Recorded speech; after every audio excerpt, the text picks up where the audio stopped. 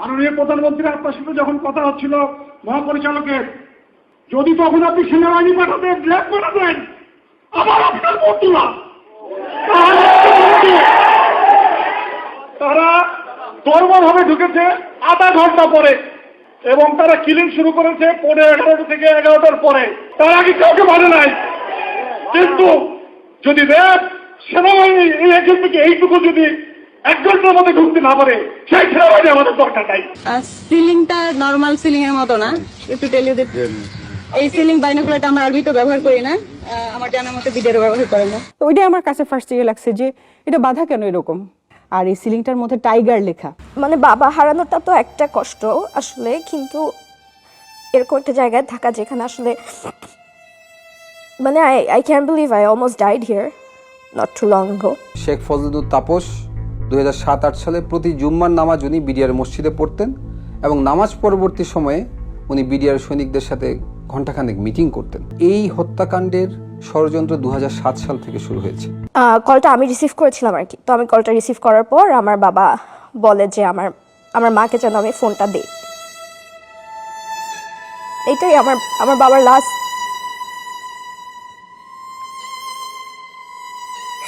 এরপরে কোনোদিন আমি আমার বাবার ভয়েস শুনি নাই।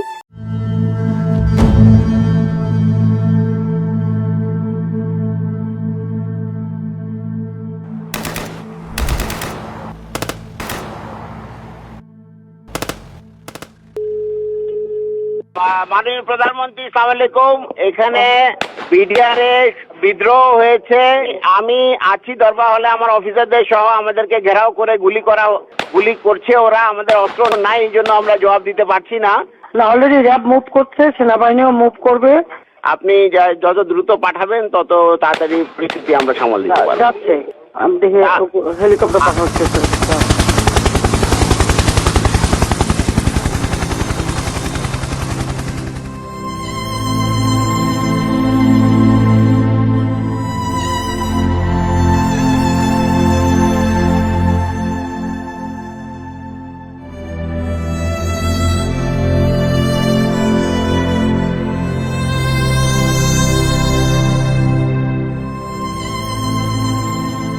25শে ফেব্রুয়ারি 2009 সেদিন আনুমানিক সকাল 9টায় আমি ফোন কল পাই পিলখানা থেকে, এবং তখন সেই ফোন কলের মাধ্যমেই জানতে পারি যে পিলখানাতে আমাদের সামরিক অফিসাররা আক্রান্ত হয়েছেন।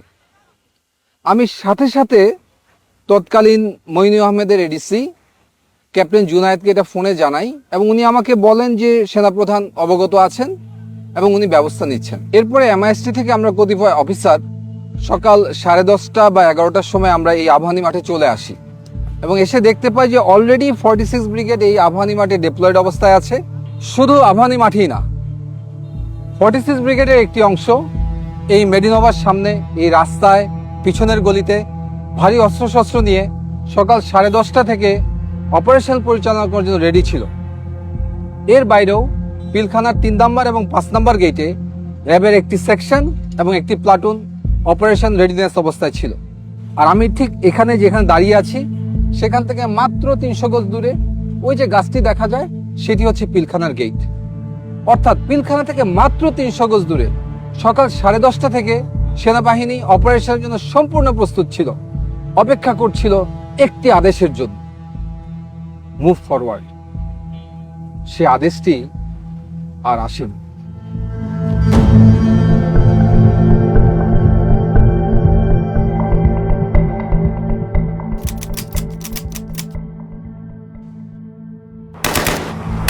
আমাদের কাছে সর্বোচ্চ অস্ত্রটাই ছিল হচ্ছে 12 বোরের শর্ট গানগুলো। তো সেই হিসেবে আমরা শর্ট গান ফায়ার করে আমরা গেটের দিকে এগিয়ে যেতে থাকি, এবং একটু পরেই আমরা নিউ মার্কেট গেটটা দখল করি। র্যাবের তৎকালীন এডিজি ছিলেন হচ্ছে কর্নেল রেজানুর খান।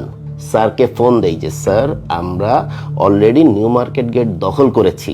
তৎক্ষণাৎ উনি মারাত্মক মাত্রায় ক্ষিপ্ত হয়ে যান যে তোমাকে কে অর্ডার দিয়েছে ফায়ার ওপেন করার জন্য, বা তোমাকে এই গেট দখল করার জন্য কে অর্ডার দিয়েছে। উনি তৎক্ষণাৎ বলেন ওইখান থেকে ফল ব্যাক করো, এবং তোমরা এক্স্যাক্টলি যে নীলক্ষেতের যে মোড়, যেটা চৌরাস্তার মোড়, এর সামনে কোনোভাবেই যেন আমরা না যাই। এর ভিতরে আমি ফোন পেলাম এডিজি কর্নেল রেজানুর খানের কাছে। উনি আমাদেরকে বললো যে তোমরা ভিতরে প্রবেশ করবে না এবং গুলি আপাতত করবে না, আমরা জানাবো কি করতে হবে। মাননীয় প্রধানমন্ত্রী আলোচনা করতে বলেছেন এবং তাদের সাথে আলোচনার মাধ্যমেই সমস্ত কিছু সলিউশন হয়ে যাবে।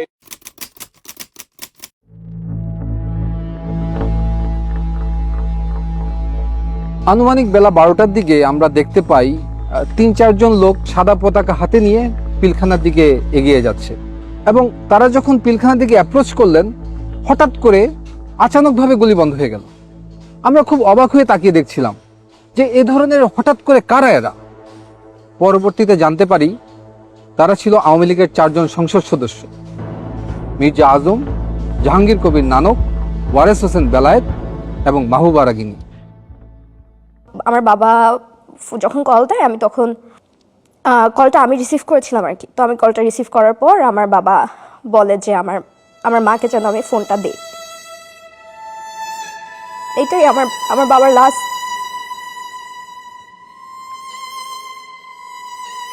এরপরে কোনদিন আমি আমার বাবার ভয়েস শুনি নাই।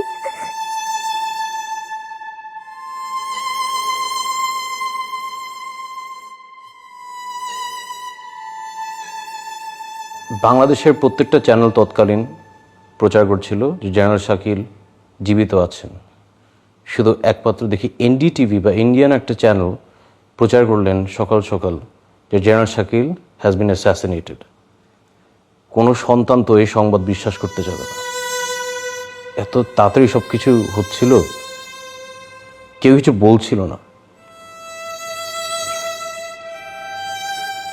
আঙ্কেল আন্টিরা ছিল, বলতাম যে আমি বাসায় যাব,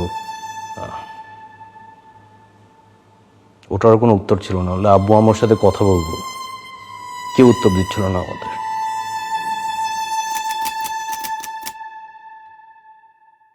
দুইটার মধ্যে দুইটা dead body Hazaribagh sewerage line দিয়ে বেরিয়ে আসে। মানে বেলা 2টার মধ্যে সারা জাতি জানতো যে 2 জনকে কমপক্ষে হত্যা করা হয়েছে। এই আবাহনী মাঠে আমাদের গ্রাউন্ড কমান্ডার ছিলেন ব্রিগেডিয়ার হাকিম স্যার। ব্রিগেডিয়ার হাকিম স্যারকে আমরা বারবার প্রশ্ন করি, কখন আমরা ভিতরে যাব, কখন আমাদের ভাইদেরকে উদ্ধার করব, তাদের পরিবারদেরকে উদ্ধার করব। উনি বলেন সেনাপ্রধান তৎকালীন প্রধানমন্ত্রী শেখ হাসিনার সাথে বিষয়টি আলোচনা করছেন এবং ওনার আদেশ পেলেই আমরা মুভ করব।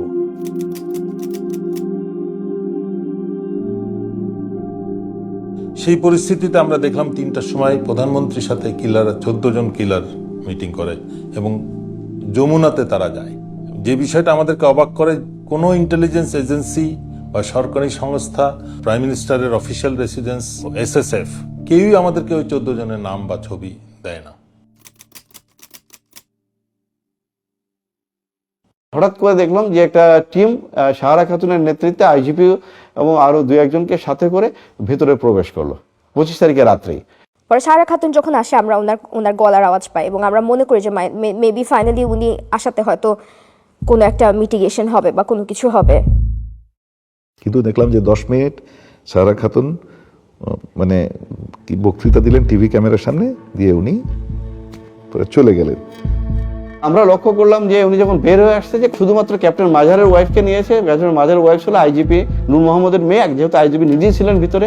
বাকি যে কয়টা ফ্যামিলি উনি এনেছিলেন এরা সবাই ছিল ওই বিদ্রোহীদের ফ্যামিলি, যারা এই ডিএডি বিদ্রোহ করেছে। অন্যান্য সকলের সাথে তাদের পরিবারকে উনি বের করে নিয়ে আসলেন।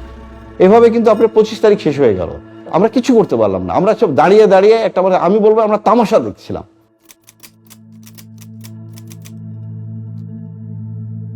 26শে ফেব্রুয়ারি সারাদিন আমরা ইউনিফর্ম পরে অস্ত্র হাতে এখানে অপেক্ষা করছি কখন আমার ভাইদেরকে উদ্ধার করব। আমরা সারাদিন পিলখানা কর্ডন করেছিলাম, আর সেই কর্ডনের ভিতর, সেই নিরাপত্তা বলয়ের ভিতর খুঁজে খুঁজে আমাদের ভাইদেরকে হত্যা করা হয়েছে।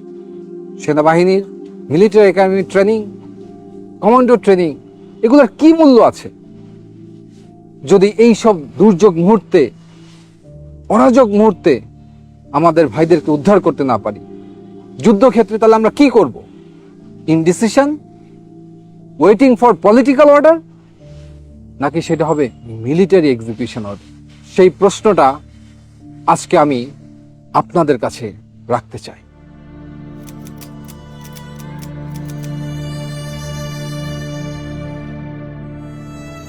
27 তারিখ আমরা যখন পিলখানায় ঢুকি, সে এক অন্য পিলখানা, চারিদিকে ধ্বংসযজ্ঞ, গুলির ছাপ, রক্তের ছাপ।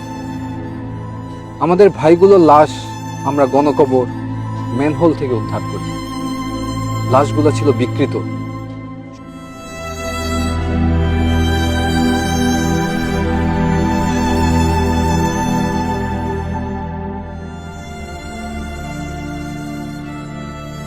সমস্ত বাড়িঘর ছিল জ্বালানো, পোড়ানো, লুটতরাজের চিহ্ন। কিন্তু একটি বাড়ি ছিল একদম অক্ষত।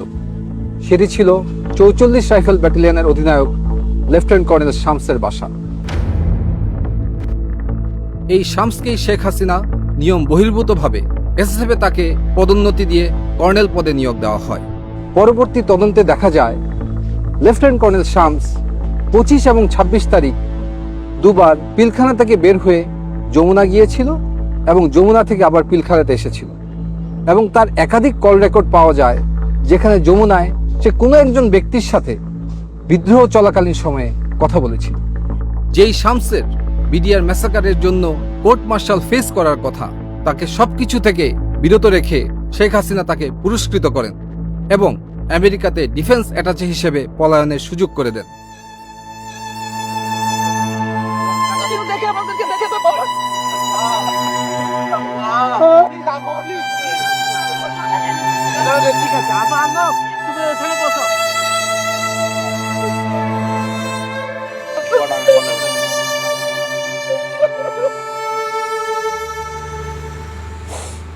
মানে বাবা হারানোটা তো একটা কষ্ট আসলে, কিন্তু এরকম একটা জায়গায় থাকা যেখানে আসলে মানে I can believe I almost died here not too long ago. মানে এখন যে বেঁচে আছি এটাই তো মানে এটাই অনেক অবাক লাগে আর কি।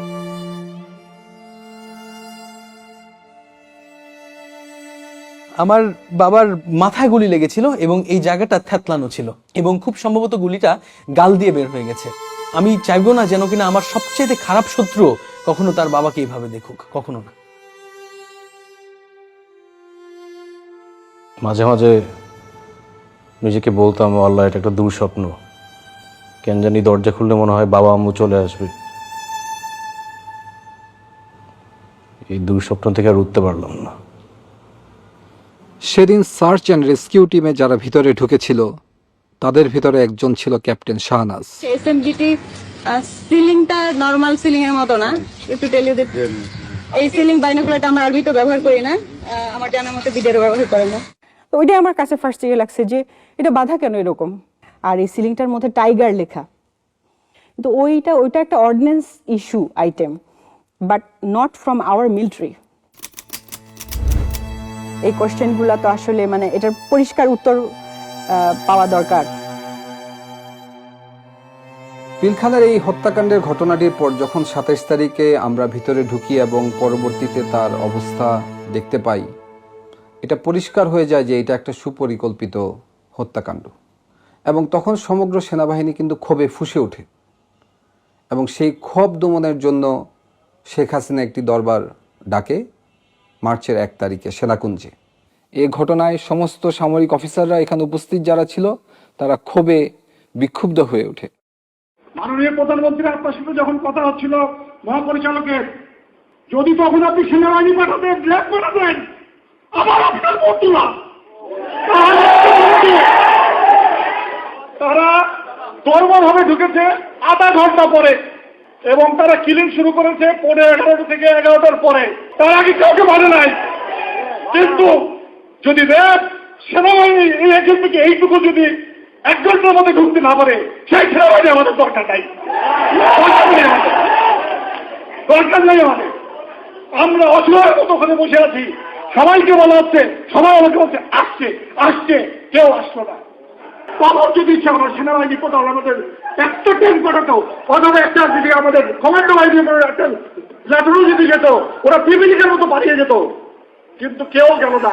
অসহায়ের মতো আমার অফিসারগুলো সব মেরে ফেললো, সব মেরে ফেললো।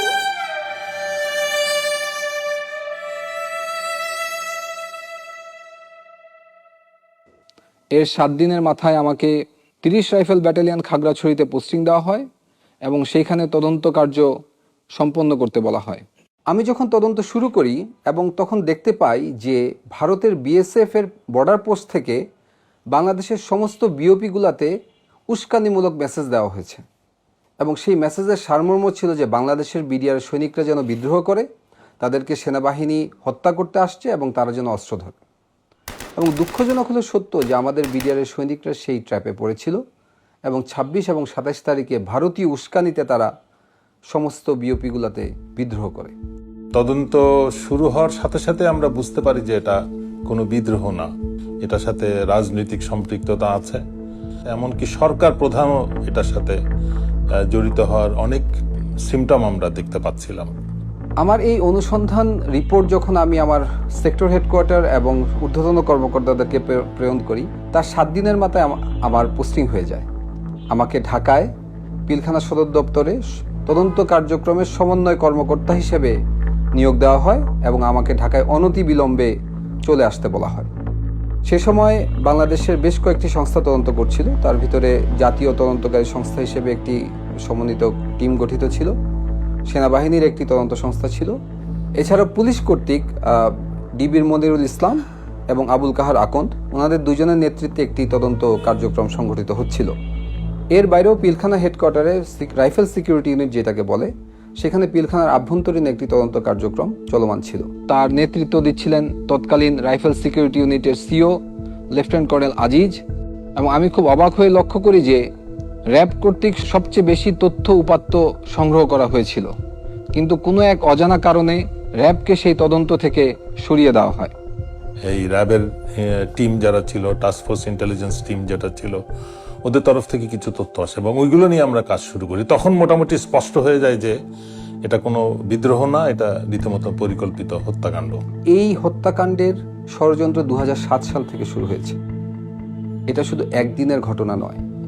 2007 সালে সর্বপ্রথম ব্যারিস্টার ফজলুল তাপসের কাছে বিডিআরের একদল সৈনিক যায় এবং সেখান থেকে এই ষড়যন্ত্র শুরু। পরবর্তীতে বিভিন্ন পর্যায়ে ব্যারিস্টার শেখ ফজলুল তাপস, জাহাঙ্গীর কবির নানক, মির্জা আজম, শেখ সেলিম, লেদার লিটন, আওয়ামী লীগ নেতা তোরাব আলী, তারা বিভিন্ন সময় বিডিআর সৈনিকদের সাথে মিটিং করে এবং এই কিভাবে এটা এক্সিকিউশন করা হবে সেই ব্যাপারে তারা পরিকল্পনা করে। শেখ ফজলুল তাপস 2007-08 সালে প্রতি জুম্মার নামাজ উনি বিডিআর মসজিদে পড়তেন এবং নামাজ পরবর্তী সময়ে উনি বিডিআর সৈনিকদের সাথে ঘণ্টাখানেক মিটিং করতেন এবং এই পরিকল্পনার নেতৃত্ব দিতেন সাবেক বিডিআর সদস্য তোরাব আলী এবং তার ছেলে লেদার লিটন। দুজন রাজসাক্ষী ছিলেন, বিডিআর মসজিদের পেশ ইমাম, এছাড়াও বিডিআর একজন সৈনিক। পেশ ইমাম সাহেব উনি সুস্পষ্টভাবে ব্যারিস্টার তাপসের কথা উল্লেখ করেছিলেন এবং আরও কিছু রাজনৈতিক ব্যক্তিবর্গের কথা উল্লেখ করেছিলেন যারা বিভিন্ন সময় বিডিআর মসজিদের ভিতরে মিটিং করতে উনি দেখেছেন, কিছু কিছু কথা তিনি ওভারহিয়ারও করেছেন। পেশ ইমাম সাহেবকে আবুল কাহার আকন্দ ডেকে নিয়ে যায় জিজ্ঞাসাবাদের জন্য এবং পরবর্তীতে উনাই জীবিত আর ফিরে আসেননি। আমার আব্বুকে এটা বলা হয় যে আপনার ভারপ্রাপ্ত থেকে আপনাকে পার্মানেন্ট পেশ ইমাম করা হবে। শুধু এই যে স্টেটমেন্টটা লিখিত যেটা সরকার থেকে দেওয়া হয়েছে সেই স্টেটমেন্টটা দিতে বলা হয়েছে। আর আব্বু যে স্টেটমেন্টগুলোতে বলছে মিটিংয়ের কথা, দরবার হলে কাদেরকে চিনছে তাদের কথা, সেগুলো সবগুলো নিয়েই সমস্যা করা হয়েছে, যে চেঞ্জ করতে বলা হয়েছে। 11ই মার্চ আব্বু মারা যায়। আব্বুর পোস্টমর্টেম হয় ঢাকা মেডিকেল কলেজ হসপিটালে, পোস্টমর্টেম হয়, জানাজা হয়, কিন্তু এই পোস্টমর্টেম রিপোর্ট আজও আমরা পাইনি।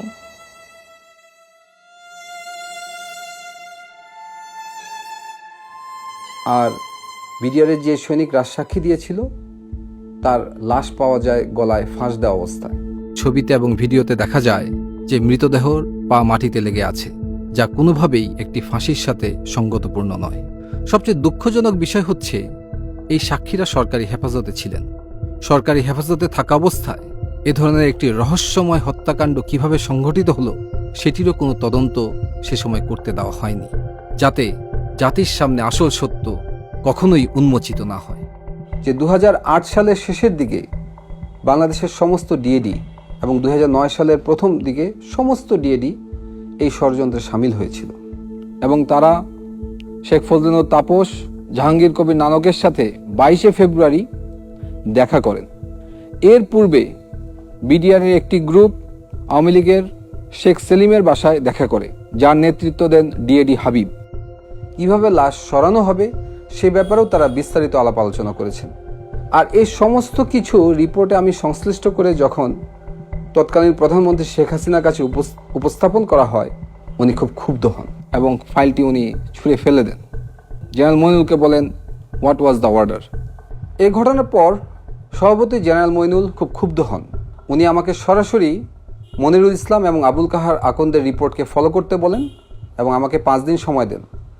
আমি 5 দিন পরে সেই একই রিপোর্ট তাকে আমি প্রদান করি।